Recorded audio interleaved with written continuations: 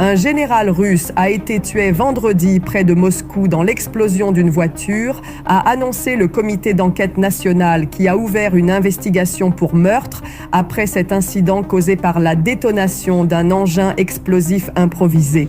Les autorités russes n'ont pour leur pas évoqué de potentiels commanditaires, mais Kiev a été accusé à plusieurs d'avoir mené des attaques ciblées contre des responsables militaires russes depuis l'attaque russe de février 2022.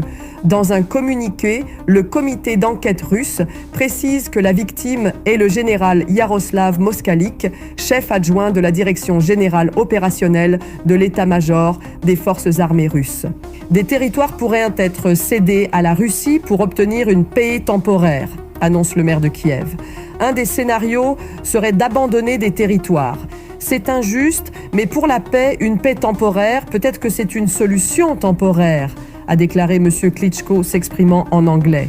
Le président Volodymyr Zelensky, que le maire de la capitale ukrainienne a critiqué par le passé, pourrait être contraint d'accepter une solution douloureuse pour le pays afin de faire cesser les combats.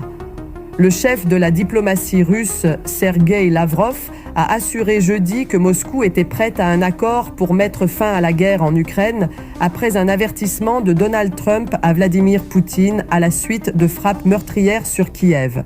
Vladimir Poutine s'entretient au Kremlin avec l'émissaire américain Steve Witkoff vendredi. Selon les images diffusées par la télévision publique russe, leur 4e rencontre en Russie depuis la relance en février, des relations bilatérales initiées par Donald Trump pour trouver une issue au conflit en Ukraine. Le secrétaire général de l'OTAN, Mark Rutte, a estimé jeudi qu'il revenait à la Russie et non l'Ukraine de faire avancer les négociations pour mettre fin au conflit après que le président américain Donald Trump a fustigé Kiev. Il y a quelque chose sur la table maintenant, je pense, et les Ukrainiens jouent vraiment le jeu.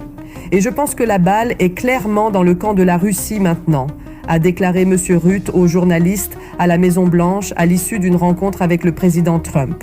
Le chef de la diplomatie russe, Sergueï Lavrov, a assuré jeudi que Moscou était prête à un accord pour mettre fin à la guerre en Ukraine, après un avertissement de Donald Trump à Vladimir Poutine à la suite de frappes meurtrières sur Kiev.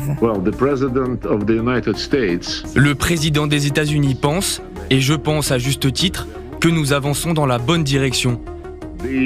La déclaration du président mentionne un accord et nous sommes prêts à le conclure. Mais il reste des points spécifiques, des éléments qui doivent être peaufinés. Zelensky en Afrique du Sud pour défier l'influence russe. Ce 24 avril, une rencontre inédite s'est tenue en Afrique du Sud. Le président ukrainien a effectué sa toute première visite officielle sur le continent africain. Un déplacement hautement symbolique dans un contexte de guerre qui marque la volonté de Kiev de tisser de nouveaux liens stratégiques avec l'Afrique. Poutine n'apprécie pas la présence de l'Ukraine en Afrique.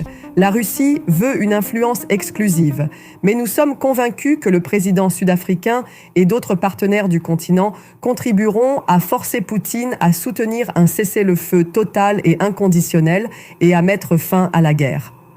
Alors que la Russie renforce depuis des années ses alliances sur le continent, notamment via des accords militaires et économiques, l'Ukraine riposte désormais sur le terrain diplomatique dans l'espoir d'isoler Moscou sur la scène internationale.